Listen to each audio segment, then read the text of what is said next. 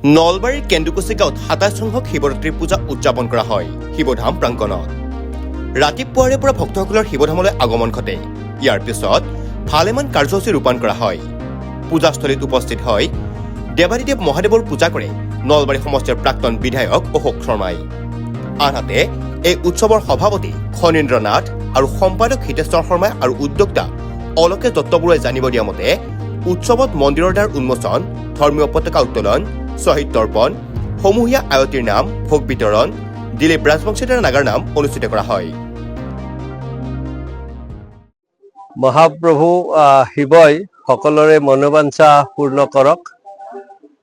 সকলোৱে আজি উপবাসে থাকি শুদ্ধ চিত্তে তেখেতৰ ওচৰত প্ৰাৰ্থনা কৰিবলৈ আহিছে, নিজৰ লগতে পৰিয়ালটোৰ সমাজখনৰ কুশল চিন্তা কৰি, আৰু সেইখিনি প্ৰভুৱে সকলোকে কৃপা কৰক তাকেই ক'লোঁ।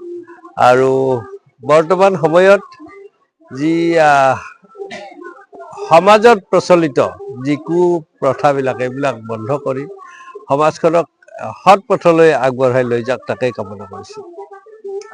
আজি পূজাৰ দিনাখন কাৰ্যসূচী মানে মই পূজাতে, এতিয়া মই ৪ নম্বৰ পূজাত আহিলোঁ আৰু মোৰ 16খন পূজা আছে, 20খনত মই যাম বুলি ঠিক কৰিছোঁ। আৰু সেইকাৰণে ইয়াত মই ৪ৰ্থ নম্বৰ পূজাত মই উপস্থিত হৈছোঁহি।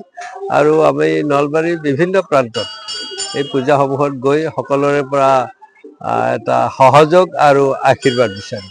৯৮ চনত স্থাপিত কেন্দুকুছিৰ শিৱধামত আজি দিনজোৰা কাৰ্যসূচীৰে মহাশিৱৰাত্ৰি পূজাৰ আয়োজন কৰা হৈছে। আৰু ইয়াত বিভিন্ন প্ৰান্তৰ পৰা ভক্তৰ সমাগম হৈছে। আৰু আপোনালোকেও মানে জানি সুখী হ'ব যে আমি সন্ধিয়া ৪ বজাত ইয়াত আমন্ত্ৰিত পাঠকৰ দ্বাৰা নাগাৰা নাম, আৰু তাৰপিছত তাৰ আগে দুপৰীয়া ২ বজাত ৰাজহুৱা ভোগ বিতৰণ আৰু দিনজোৰা কাৰ্যসূচীত এই অঞ্চলৰ ৰাইজৰ লগতে বিভিন্ন প্ৰান্তৰ পৰা ৰাইজ ইয়াত আহিছে। ১৯৯৮ চনত স্থাপিত কেন্দুকুছি শিৱধাম, সেই সময়ত যিসকল ব্যক্তি এই ধামখন প্ৰতিষ্ঠা কৰাৰ কালৰ পৰা যিসকলক আমি হেৰুৱালোঁ, সেইসকলকো আজিৰ এই পবিত্ৰ দিনত ইয়াত সোঁৱৰণ কৰাৰ এটা কাৰ্যসূচীও ৰখা হৈছে। গতিকে আমি প্ৰতিজন ভক্তপ্ৰাণ ৰাইজক আৰু সমগ্ৰ অসমত, কাৰণ বিশ্বতে আজি মহাশিৱৰাত্ৰি পূজা আয়োজন কৰা হৈছে, আৰু আমি আপোনালোকৰ মাধ্যমেৰে কেন্দুকুছি এই শিৱধাম মোৰ পৰা প্ৰতিগৰাকী ভক্তপ্ৰাণ ৰাইজক মহাশিৱৰাত্ৰিৰ শুভেচ্ছা জ্ঞাপন কৰিছোঁ।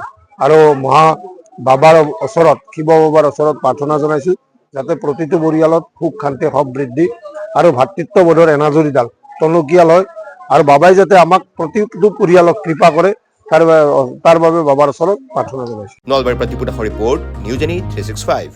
Stay informed, stay ahead. News Any 365.